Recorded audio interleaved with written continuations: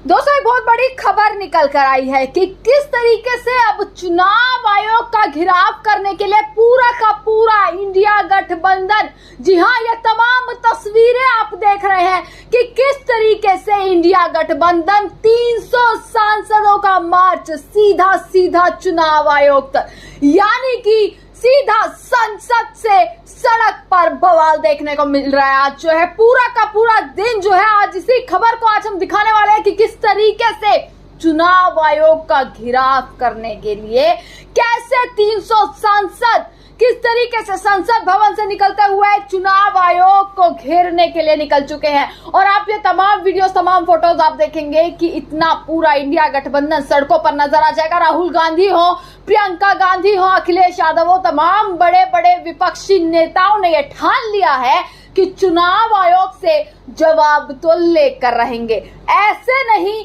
तो वैसे, चाहे कुछ भी करना पड़े पर चुनाव आयोग से जवाब तो लिया जाएगा। जहां ये मुद्दा सिर्फ एसआईआर का नहीं बचा है, ये मुद्दा अब बन चुका है एक राष्ट्रीय मुद्दा, वोट चोरी का मुद्दा। तमाम बैनर सभी के हाथ में आप देख लेंगे, वोटों के अधिकार, वोट चोरी बंद करो, इस तरीके के बैनर्स जो है वो लगाए गए हैं। सभी बैनर्स लेकर तमाम 300 के 300 सांसद किस तरीके से चुनाव आयोग तक मार्च करने के लिए निकलते हैं।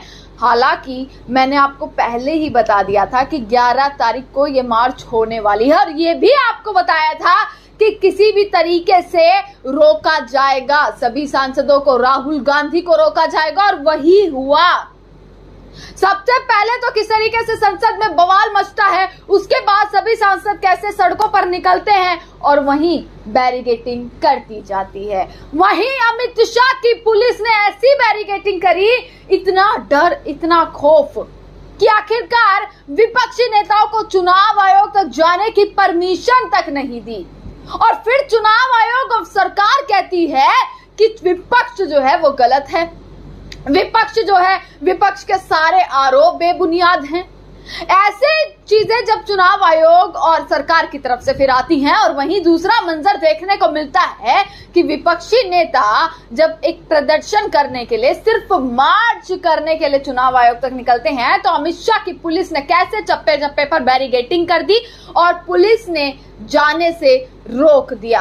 हालांकि अखिलेश यादव तो बैरिकेड कूद कर जो है वो चुनाव आयोग की तरफ बढ़ने लग गए। वहीं राहुल गांधी की बहस जो है वो, भिड़ंत जो है वो पुलिस वालों के साथ हो गई।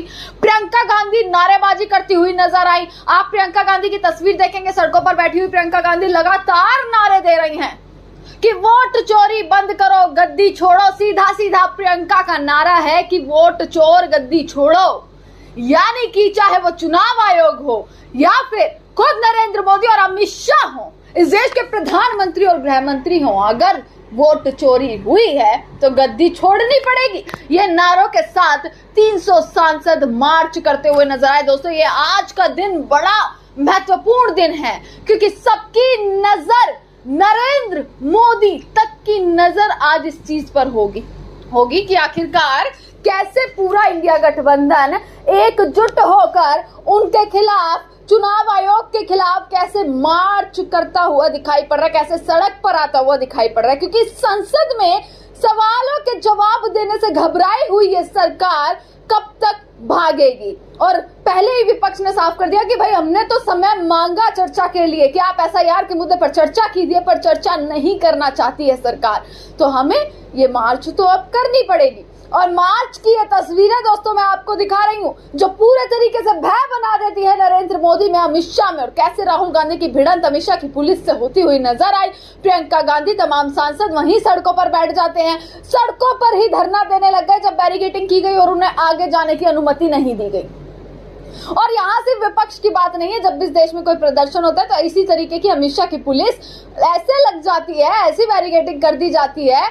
आपको किसानों का वो मंजर याद होगा कि बैरिकेडिंग, कील ठोक दी, बैरिकेड इस तरीके के कर दिए। इतना डर, इतना खौफ इस सरकार में है, ऐसी बैरिकेडिंग करी है। विपक्ष छोड़ो, अगर छात्र तक इस देश में प्रदर्शन कर देता है, उनके लिए भी बैरिकेड तैयार किए जाते हैं, उनके लिए भी पूरा का पूरा लेयर ऑफ बैरिकेडिंग जो है वो तैयार कर दी जाती है।